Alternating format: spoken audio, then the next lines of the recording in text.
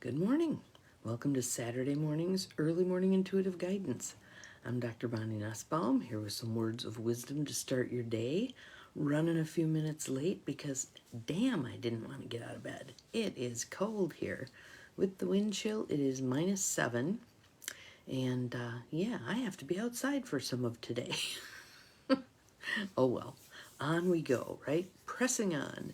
Good morning, Robin. Glad you are here. Welcome. You're the first one popping on today. Oh, and now you have two in rapid succession right behind you. So good morning, Cindy, waving back. Good morning, good morning. I'm not sure who our third person is. No name is rolling, but glad you're all here. Glad you're hopefully someplace warm. Yeah, -7 is not pretty. Good morning, Gwen. Glad you are here. The heat is running and running and running. Good morning, Nancy. Welcome, welcome, welcome. So we have Tosha Silver today, which is always a fun time, right? What kind of bird is that in your logo? A hawk, eagle, or phoenix?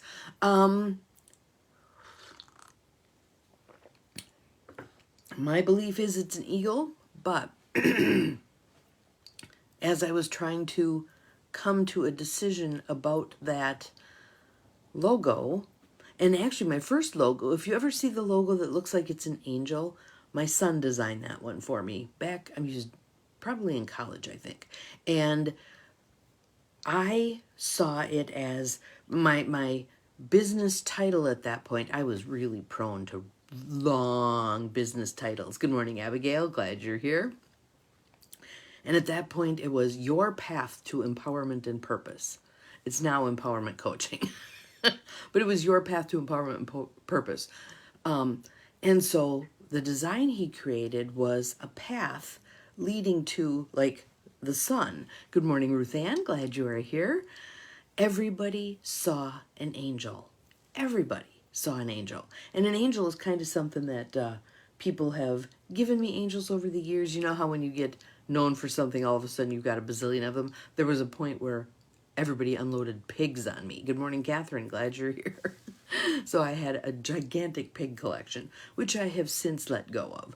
But so that was that logo. This logo, there was a point as I was doing discernment. Treasures, that's a nice thing to think about being. Fabulous. As I was doing some discernment, I was sketching, I was painting, I was writing, I was doing all kinds of stuff trying to bring this into fruition. And the sticking point was the tagline, believe it or not. It took me 3 years to land on that tagline. You're capable of far more than you think you are. And do you know how it happened? I want to share this because it fits in with things we've been talking about. I was in a small group in the coaching program I was in, and I explained, there were new people in the group. I explained how it had been 3 years of arduously trying to figure out what's the tagline, because I thought that would inform the logo, blah, blah, blah. And there's a process that my coach walked us through to get to that. Good morning, Maureen. Glad you're here. And one of the newbies, one of the women sitting in my group said, "Oh, so basically what you're saying is you want people to realize they're capable of more than they think they are." Good morning, Beth. So there was the earth angel who drops in my lap what I had been struggling to find for 3 flippin' years. Sometimes that's how it goes.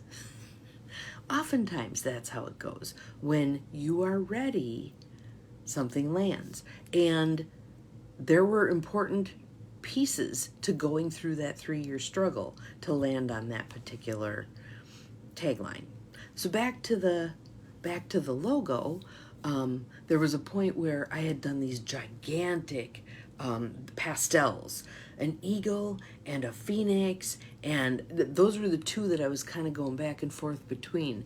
And then somehow out of that distilled the image that then was pulled to turn into my logo. So now I'm kind of like, I'm over all that work. You know, here's my logo, here's my tagline, here's my work.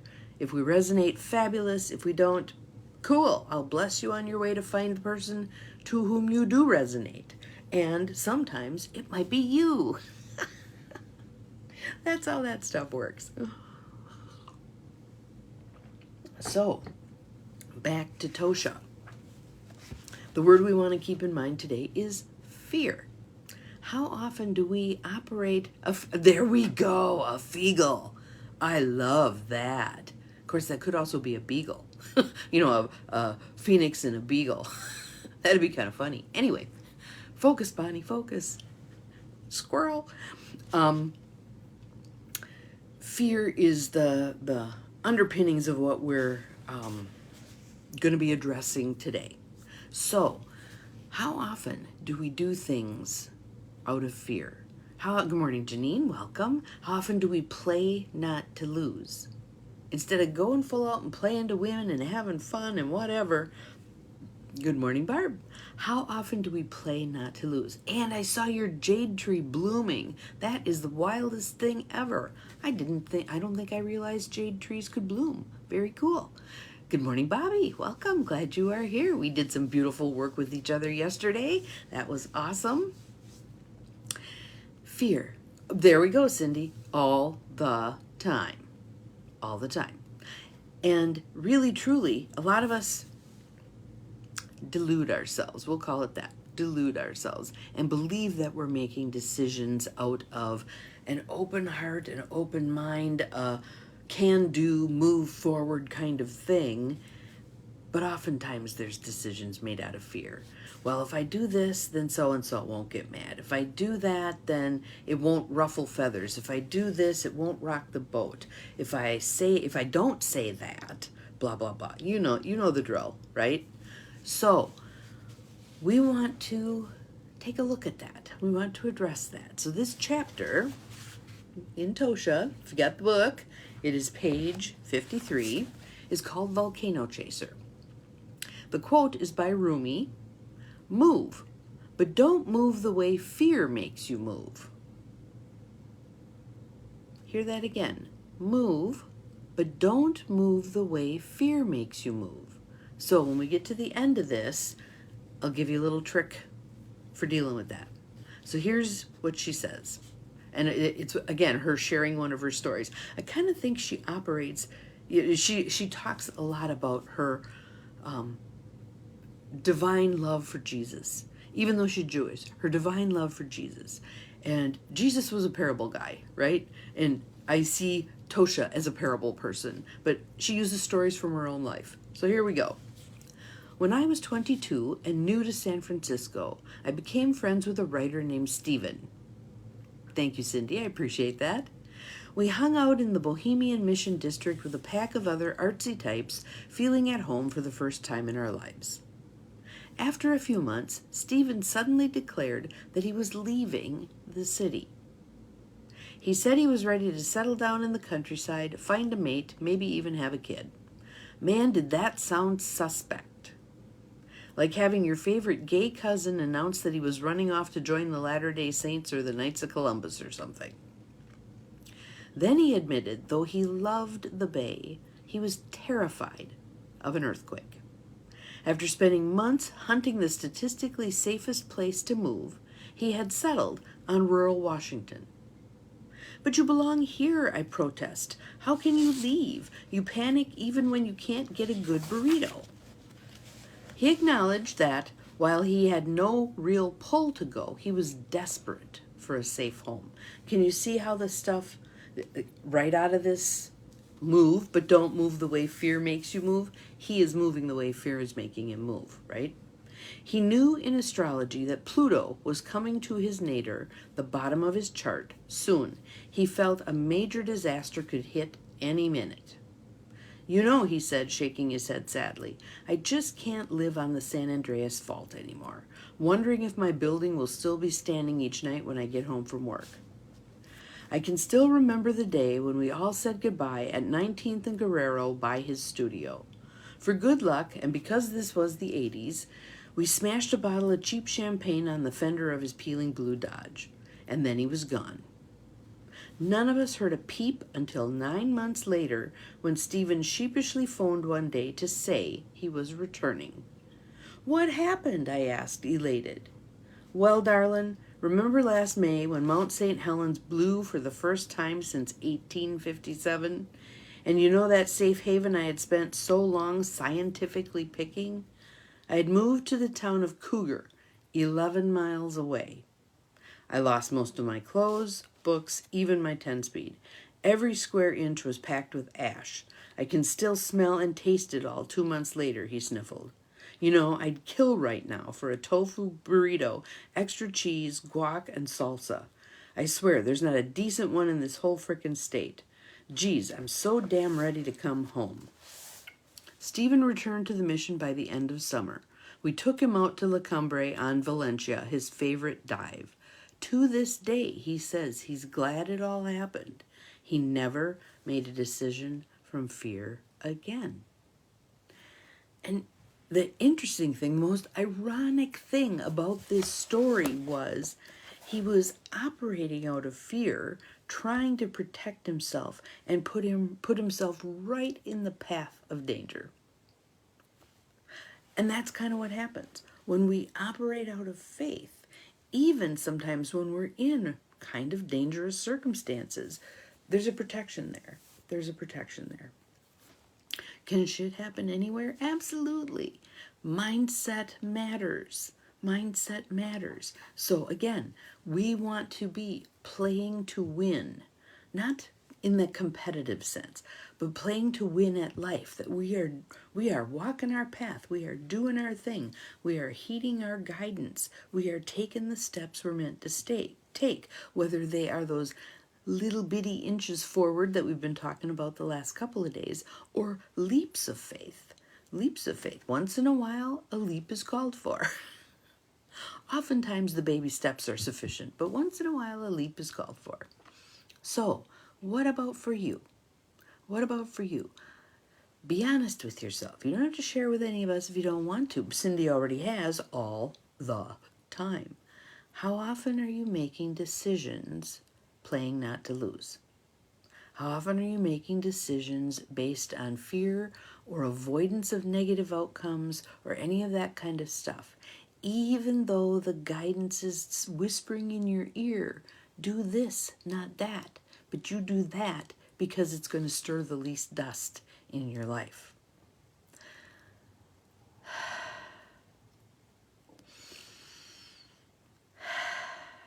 One more.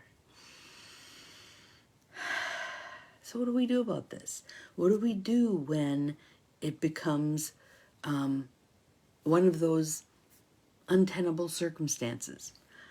A trick I use, and I find it very helpful, is start with a question.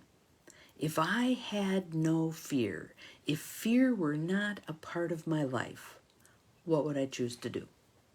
What would I choose to do? Second related question, what is my guidance telling me to do? Yes, the fear might be getting in the way, but what is my guidance really telling me to do? All right? With those answers, if I had no fear, what would I do? And what is my guidance telling me to do?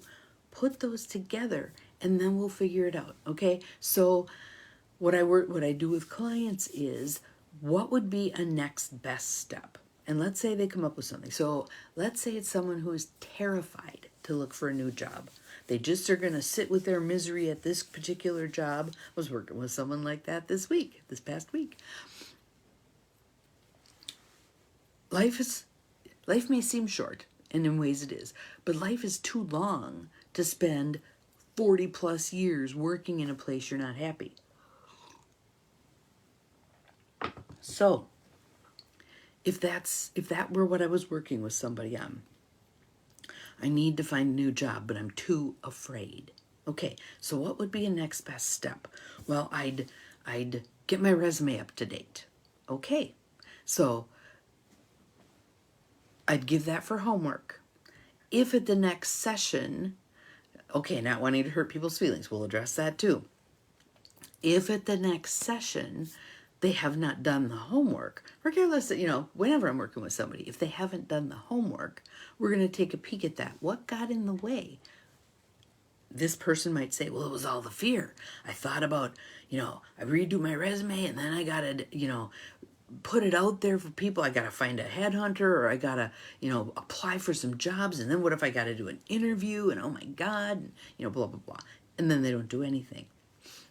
So my advice would be baby steps, baby steps. So if it's going to be, I need to update my resume. Step one is going to be locate your resume. Find it. That's good enough. Open the file, bring it up, have a tab with it sitting open. Your Word doc is open on your computer. Good enough. Good enough. Yay, you. Then you come back. We celebrate like crazy because you've opened the Word doc that is your resume. Second step might be read it over. Read it over. Does it still speak to who you are? If not, just put a little star by the things that are no longer really relevant. Good enough. Yay, you. Is this going to take a while to get this person through redoing their resume? Yes. Does not matter. Because, where is it? Where's my... We are embracing the process and releasing the outcome, right? So the process is we're working through redoing the resume. The outcome will take care of itself. That is not our problem. Yes, exactly. Baby steps, baby steps, baby steps. Will it take a little longer to get there? Yes. Is that length of time necessary for this person to be ready to go do an interview? Absolutely.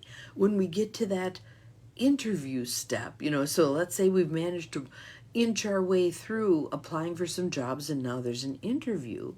It could be things like, now let's go in your closet and let's pick out an outfit. An interview outfit. Let's find your interview outfit for this round of job hunting, okay? Baby steps, baby steps, baby steps. Maybe this person decides, okay, I have an outfit. I don't have any shoes. The next baby step would be, let's go find some shoes. Inching their way, and the whole time, their brain is working on this, isn't it? Their brain is working on, so what would it be like to have an interview? And what would I say? And how will I do this? And we would practice. I would be the interviewer and ask the kind of questions that always make you go, oh my God, I wish I had thought of how to answer that ahead of time. I'll ask those. And you come up with your answer. You come up with your answer.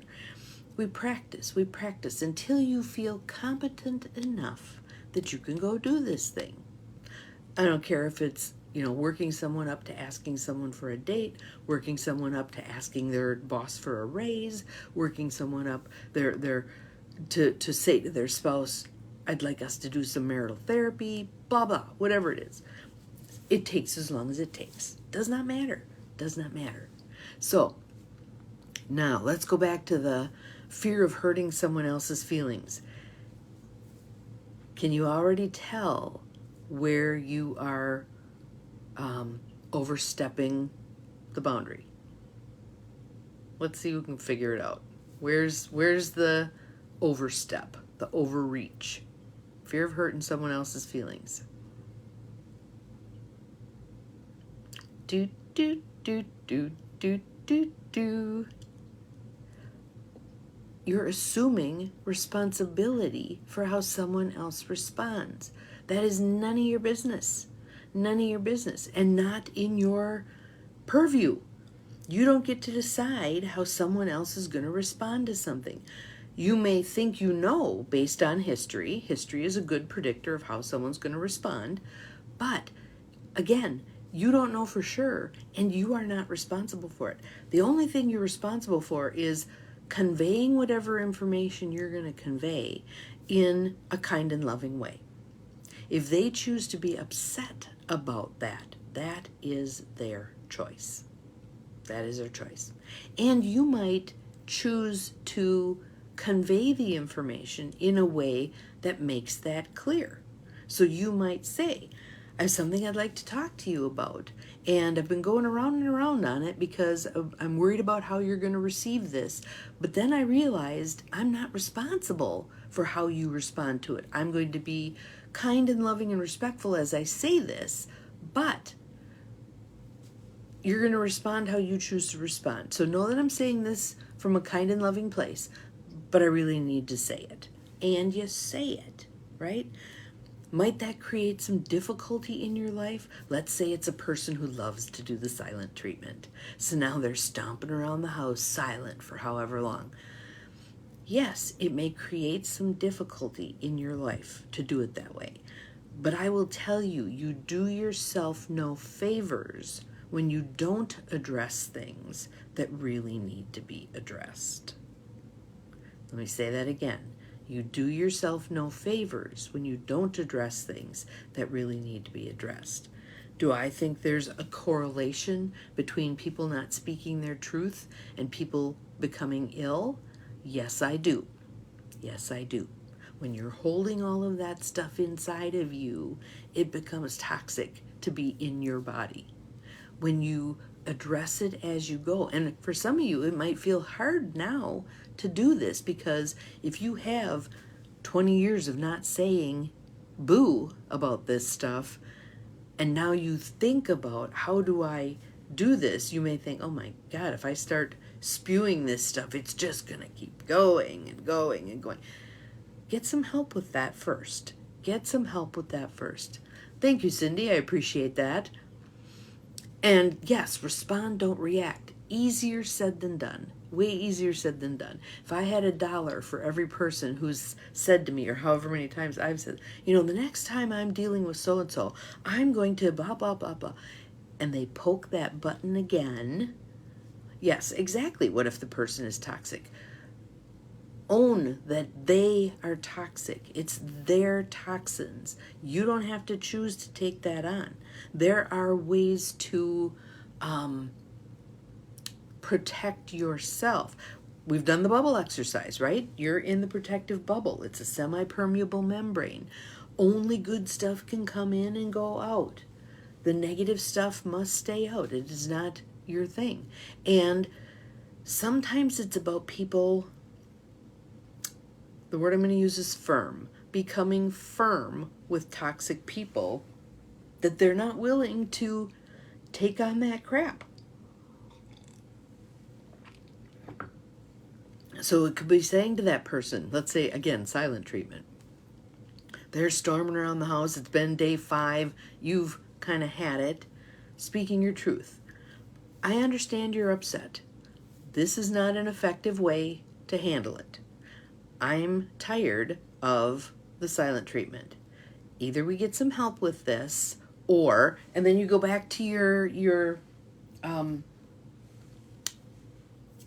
on, brain. Let me pick the book up. Taking the war out of our words. Go back to predictions.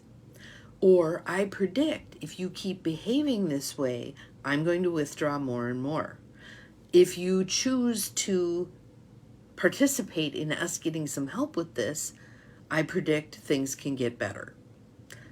However many options you see for that. Put the prediction out there in a kind and loving way. Again, it might be a firm way, but a kind and loving way, and then let it perk for a bit. See what happens. See what happens. Interestingly, in those kinds of circumstances, oftentimes what happens is when you have had it and have made the decision, I'm done with this, that's the point that the person unthaws and begins to communicate again. Energetically, they pick up that you're done. And so then they scramble to try to bring you back into the fold. Sometimes your done is truly done, and that's the end of it. And sometimes your done can then be reined back in again. It's a variation of domestic violence. It's a variation of battering. I beat you up. It won't happen again. I promise it won't happen again, as you're about to leave. And then it goes good for a while, and then it happens again. That's the pattern. That's the pattern. And if you're the person who's in that circumstance, you need to be kind and loving with yourself about what's going on there. We want to see the best in people. We want to give them the benefit of the doubt. We want to not disrupt our lives. But again, I will go back to, we do ourselves no favors when we play these games with ourselves and we're not being honest and we're not willing to address what's going on. Okay? So, fear. Fear. Four-letter F word. Fear. And Neil Donald Walsh's definition, false evidence appearing real, there's good stuff in there. There's good stuff in there. So again, oftentimes it's figuring out what's the next smallest incremental step you can take in the direction you want to go. And don't worry that that small incremental step may not change everything. It'll change what it's meant to change. It'll open up the more next steps. You take one of those, pretty soon the vista is broadening and change occurs. Again, kind of like we're talking about here.